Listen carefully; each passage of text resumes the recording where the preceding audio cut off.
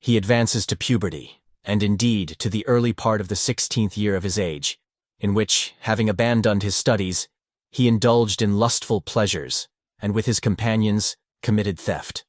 He deplores the wickedness of his youth. I will now call to mind my past foulness and the carnal corruptions of my soul, not because I love them, but that I may love thee, O my God.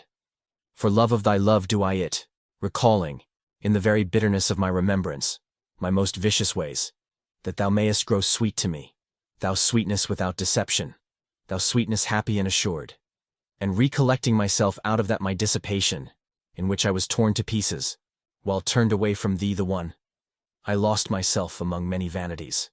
For I even longed in my youth formerly to be satisfied with worldly things, and I dared to grow wild again with various and shadowy loves.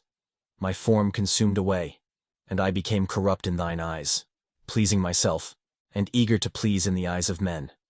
Stricken with exceeding grief, he remembers the dissolute passions in which, in his 16th year, he used to indulge. But what was it that I delighted in save to love and to be beloved?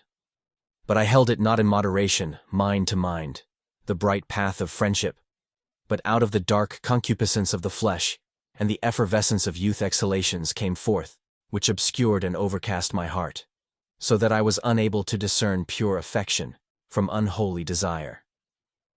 Both boiled confusedly within me, and dragged away my unstable youth into the rough places of unchaste desires, and plunged me into a gulf of infamy. Thy anger had overshadowed me, and I knew it not. I was become deaf by the rattling of the chains of my mortality, the punishment for my soul's pride, and I wandered farther from thee, and thou didst suffer me, and I was tossed to and fro, and wasted, and poured out, and boiled over in my fornications, and thou didst hold thy peace, O thou my tardy joy, thou then didst hold thy peace, and I wandered still farther from thee, into more and more barren seed plots of sorrows, with proud dejection and restless lassitude. Oh, for one to have regulated my disorder, and turned to my profit the fleeting beauties of the things around me, and fixed a bound to their sweetness, so that the tides of my youth might have spent themselves upon the conjugal shore, if so be they could not be tranquilized and satisfied within the object of a family, as thy law appoints, O Lord, who thus formest the offspring of our death, being able also with a tender hand to blunt the thorns which were excluded from thy paradise. For thy omnipotency is not far from us even when we are far from thee, else in truth ought I more vigilantly to have given heed to the voice from the clouds. Nevertheless, such shall have trouble in the flesh, but I spare you. And it is good for a man not to touch a woman, and he that is unmarried careth for the things that belong to the Lord, how he may please the Lord. But he that is married careth for the things that are of the world, how he may please his wife. I should, therefore, have listened more attentively to these words, and being severed for the kingdom of heaven's sake, I would with greater happiness have expected thy embraces. But I, poor fool, seethed as does the sea, and forsaking thee, followed the violent course of my own stream, and exceeded all thy limitations. Nor did I escape thy scourges, for what mortal can do so? But thou wert always by me, mercifully angry, and dashing with the bitterest vexations all my illicit pleasures, in order that I might seek pleasures free from vexation. But where I could meet with such except in thee, O Lord, I could not find, except in thee, who teachest by sorrow, and woundest us to heal us, and killest us, that we may not die from thee. Where was I? And how far was I exiled from the delights of thy house, in that 16th year of the age of my flesh, when the madness of lust, to the which human shamelessness granteth full freedom, although forbidden by thy laws, held complete sway over me, and I resigned myself entirely to it. Those about me meanwhile took no care to save me from ruin by marriage, their sole care being that I should learn to make a powerful speech, and become a persuasive orator. Concerning his father, a freeman of Thagast, the assister of his son's studies, and on the admonitions of his mother on the preservation of chastity. And for that year my studies were intermitted, while after my return from Medora, a neighboring city whither I had begun to go in order to learn grammar and rhetoric, the expenses for a further residence at Carthage were provided for me. And that was rather by the determination than the means of my father, who was but a poor freeman of Thagaste. To whom do I narrate this? Not unto thee, my God, but before thee unto my own kind, even to that small part of the human race who may chance to light upon these my writings. And to what end? That I and all who read the same may reflect out of what depths we are to cry unto thee. For what cometh nearer to thine ears than a confessing heart and a life of faith? For who did not extol and praise my Father, in that he went even beyond his means to supply his Son with all the necessaries for a far journey for the sake of his studies? For many far richer citizens did not the like for their children. But yet this same Father did not trouble himself how I grew towards thee, nor how chaste I was, so long as I was skillful in speaking. However barren I was to thy tilling, O God, who art the sole true and good Lord of my heart, which is thy field. But while, in that 16th year of my age, I resided with my parents, having holiday from school for a time, this idleness being imposed upon me by my parents' necessitous circumstances, the thorns of lust grew rank over my head, and there was no hand to pluck them out. Moreover, when my father, seeing me at the baths, perceived that I was becoming a man, and was stirred with a restless youthfulness, he, as if from this anticipating future descendants, joyfully told it to my mother. Rejoicing in that intoxication wherein the world so often forgets thee, its creator, and falls in love with thy creature instead of thee, from the invisible wine of its own perversity turning and bowing down to the most infamous things. But in my mother's breast thou hadst even now begun thy temple, and the commencement of thy holy habitation, whereas my father was only a catechumen as yet, and that but recently.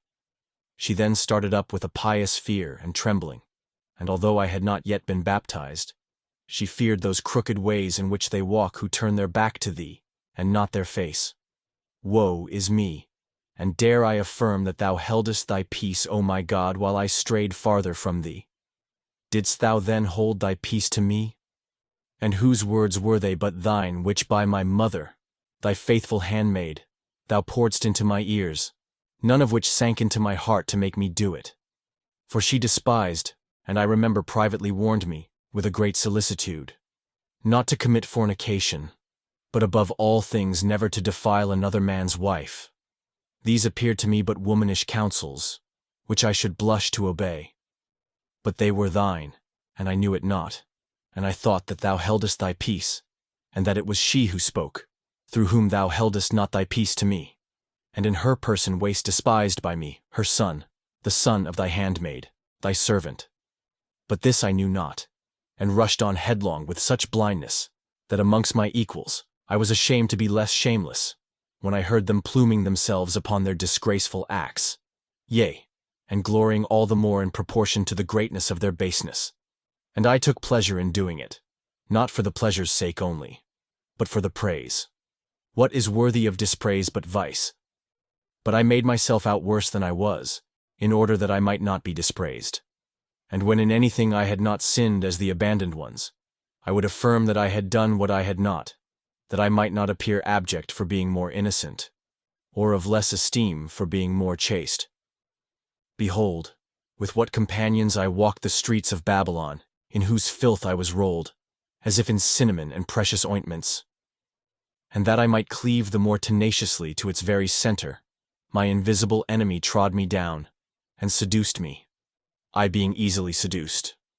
Nor did the mother of my flesh, although she herself had ere this fled out of the midst of Babylon, progressing, however, but slowly in the skirts of it, in counseling me to chastity, so bear in mind what she had been told about me by her husband as to restrain in the limits of conjugal affection, if it could not be cut away to the quick, what she knew to be destructive in the present and dangerous in the future. But she took no heed of this, for she was afraid lest a wife should prove a hindrance and a clog to my hopes. Not those hopes of the future world, which my mother had in thee, but the hope of learning, which both my parents were too anxious that I should acquire. He, because he had little or no thought of thee, and but vain thoughts for me; she, because she calculated that those usual courses of learning would not only be no drawback, but rather a furtherance towards my attaining thee. For thus I conjecture, recalling as well as I can the dispositions of my parents. The reins meantime were slackened towards me beyond the restraint of due severity, that I might play, yea, even to dissoluteness, in whatsoever I fancied, And in all there was a mist, shutting out from my sight the brightness of thy truth, O my God, and my iniquity displayed itself as from very fatness. He commits theft with his companions, not urged on by poverty, but from a certain distaste for well-doing. Theft is punished by thy law, O Lord, and by the law written in men's hearts, which iniquity itself cannot blot out. For what thief will suffer a thief? Even a rich thief will not suffer him who is driven to it by want. Yet, had I a desire to commit robbery, and did so, compelled neither by hunger nor poverty, but through a distaste for well-doing and a lustiness of iniquity, for I pilfered that of which I had already sufficient, and much better. Nor did I desire to enjoy what I pilfered, but the theft and sin itself. There was a pear tree close to our vineyard, heavily laden with fruit, which was tempting neither for its color nor its flavor. To shake and rob this, some of us wanton young fellows went late one night, having, according to our disgraceful habit, prolonged our games in the streets until then, and carried away great loads, not to eat ourselves, but to fling to the very swine, having only eaten some of them. And to do this pleased us all the more because it was not permitted. Behold my heart, O my God. Behold my heart, which thou hadst pity upon when in the bottomless pit. Behold now, let my heart tell thee what it was seeking there, that I should be gratuitously wanton, having no inducement to evil but the evil itself. It was foul, and I loved it. I loved to perish. I loved my own error, not that for which I erred, but the error itself. Base souls falling from thy firmament to utter destruction, not seeking aught through the shame but the shame itself. Concerning the motives to sin, which are not in the love of evil, but in the desire of obtaining the property of others. There is a desirableness in all beautiful bodies, and in gold and silver, and all things. And in bodily contact, sympathy is powerful, and each other sense hath his proper adaptation of body. Worldly honor hath also its glory, and the power of command, and of overcoming. Whence proceeds also the desire for revenge. And yet to acquire all these, we must not depart from thee, O Lord, nor deviate from thy law. The life which we live here hath also its peculiar attractiveness, through a certain measure of comeliness of its own, and harmony with all things here below. The friendships of men also are endeared by a sweet bond, in the oneness of many souls. On account of all these, and such as these, is sin committed, while through an inordinate preference for these goods of a lower kind, the better and higher are neglected, even thou, our Lord God, thy truth and thy law. For these meaner things have their delights, but not like unto my God, who hath created all things. For in him doth the righteous delight, and he is the sweetness of the upright in heart. When therefore we inquire why a crime was committed, we do not believe it, unless it appear that there might have been the wish to obtain some of those which we designated meaner things, or else a fear of losing them. For truly they are beautiful and comely, although in comparison with those higher and celestial goods they be abject and contemptible. A man hath murdered another. What was his motive?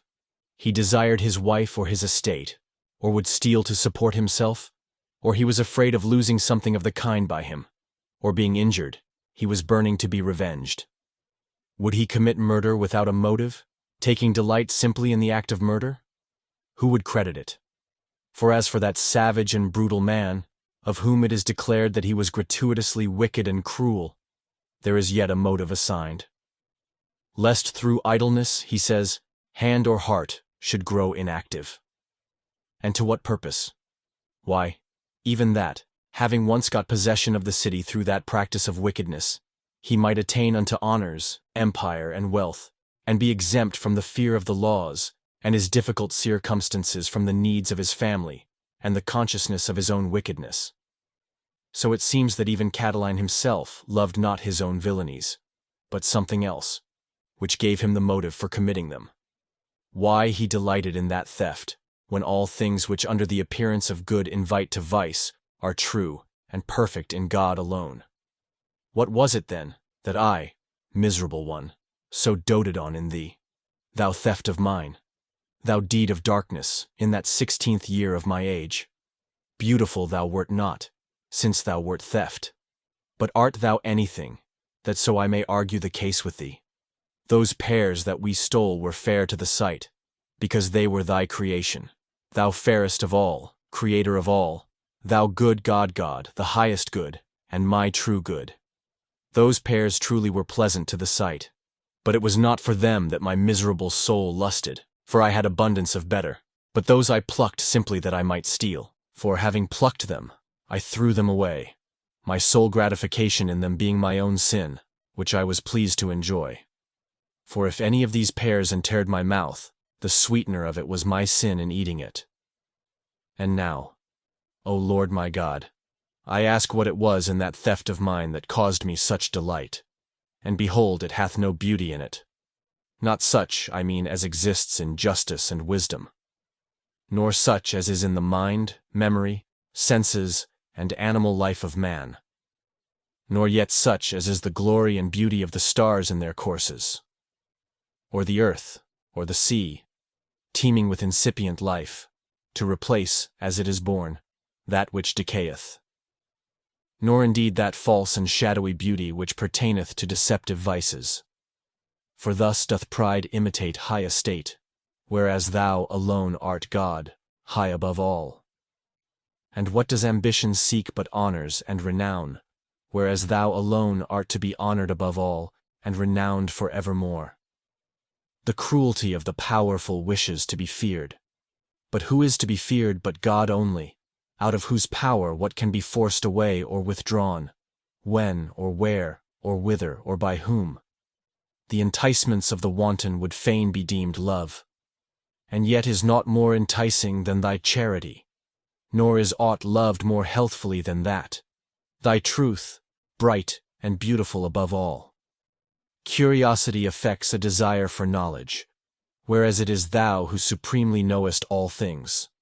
Yea, ignorance and foolishness themselves are concealed under the names of ingenuousness and harmlessness, because nothing can be found more ingenuous than thou.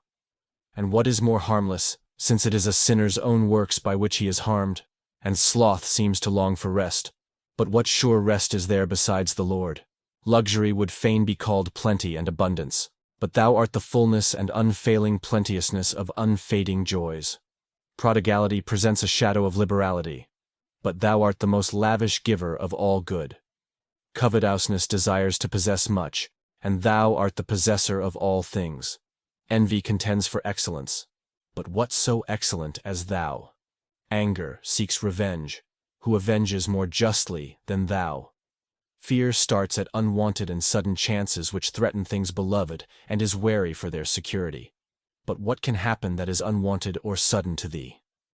Or who can deprive thee of what thou lovest? Or where is there unshaken security save with thee? Grief languishes for things lost in which desire had delighted itself, even because it would have nothing taken from it, as nothing can be from thee. Thus doth the soul commit fornication when she turns away from thee, and seeks without thee what she cannot find pure and untainted until she returns to thee. Thus all pervertedly imitate thee, who separate themselves far from thee, and raise themselves up against thee. But even by thus imitating thee, they acknowledge thee to be the creator of all nature, and so that there is no place whither they can altogether retire from thee. What then was it that I loved in that theft? And wherein did I even corruptedly and pervertedly imitate my Lord? Did I wish, if only by artifice, to act contrary to thy law, because by power I could not, so that, being a captive, I might imitate an imperfect liberty, by doing with impunity things which I was not allowed to do, in obscured likeness of thy omnipotency? Behold this servant of thine, fleeing from his Lord, and following a shadow, O rottenness, O monstrosity of life and profundity of death! Could I like that which was unlawful only because it was unlawful? He gives thanks to God for the remission of his sins, and reminds everyone that the supreme God may have preserved us from greater sins. What shall I render unto the Lord, that whilst my memory recalls these things my soul is not appalled at them? I will love thee, O Lord, and thank thee, and confess unto thy name, because thou hast put away from me these so wicked and nefarious acts of mine. To thy grace I attribute it, and to thy mercy, that thou hast melted away my sin, as it were ice. To thy grace also I attribute whatsoever of evil I have not committed. For what might I not have committed, loving as I did the sin for the sin's sake? Yea, all I confess to have been pardoned me, both those which I committed by my own perverseness, and those which, by thy guidance, I committed not. Where is he who, reflecting upon his own infirmity, dares to ascribe his chastity and innocency to his own strength, so that he should love thee the less, as if he had been in less need of thy mercy, whereby thou dost forgive the transgressions of those that turn to thee? For whosoever called by thee, obeyed thy voice, and shunned those things which he reads me recalling and confessing of myself, let him not despise me, who, being sick, was healed by that same physician by whose aid it was that he was not sick, or rather was less sick. And for this let him love thee as much, yea, all the more, since by whom he sees me to have been restored from so great a feebleness of sin, by him he sees himself from a like feebleness to have been preserved. In his theft he loved the company of his fellow sinners. What fruit had I then, wretched one, in those things which, when I remember them, cause me shame above all in that theft, which I loved only for the theft's sake? And as the theft itself was nothing, all the more wretched was I who loved it. Yet by myself alone I would not have done it. I recall what my heart was, alone I could not have done it. I loved then in it the companionship of my accomplices with whom I did it. I did not therefore love the theft alone, yea, rather, it was that alone that I loved, for the companionship was nothing. What is the fact? Who is it that can teach me, but he who illuminateth mine heart, and searcheth out the dark corners thereof? What is it that hath come into my mind to inquire about, to discuss, and to reflect upon? For had I at that time loved the pears I stole, and wished to enjoy them, I might have done so alone, if I could have been satisfied with the mere commission of the theft by which my pleasure was secured. Nor needed I have provoked that itching of my own passions by the encouragement of accomplices. But as my enjoyment was not in those pears, it was in the crime itself, which the company of my fellow sinners produced. It was a pleasure to him also to laugh when seriously deceiving others. By what feelings, then, was I animated? For it was in truth too shameful, and woe was me who had it. But still, what was it? Who can understand his errors? We laughed, because our hearts were tickled at the thought of deceiving those who little imagined what we were doing, and would have vehemently disapproved of it. Yet again, why did I so rejoice in this, that I did not alone? Is it that no one readily laughs alone? No one does so readily. But yet sometimes, when men are alone by themselves, nobody being by, a fit of laughter overcomes them when anything very droll presents itself to their senses or mind. Yet alone I would not have done it, alone I could not at all have done it. Behold, my God, the lively recollection of my soul is laid bare before thee. Alone I had not committed that theft, wherein what I stole pleased me not, but rather the act of stealing. Nor to have done it alone would I have liked so well, neither would I have done it. O friendship too unfriendly! Thou mysterious seducer of the soul! Thou greediness to do mischief out of mirth and wantonness! Thou craving for others' loss, without desire for my own profit or revenge! But when they say, let us go, let us do it, we are ashamed not to be shameless. With God there is true rest and life unchanging. Who can unravel that twisted and tangled knottiness? It is foul. I hate to reflect on it. I hate to look on it. But thee do I long for, O righteousness and innocency, fair and comely to all virtuous eyes, and of a satisfaction that never palls. With thee is perfect rest and life unchanging. He who enters into thee enters into the joy of his Lord, and shall have no fear, and shall do excellently in the most excellent. I sank away from thee, O my God, and I wandered too far from thee, my stay in my youth, and became to myself an unfruitful land.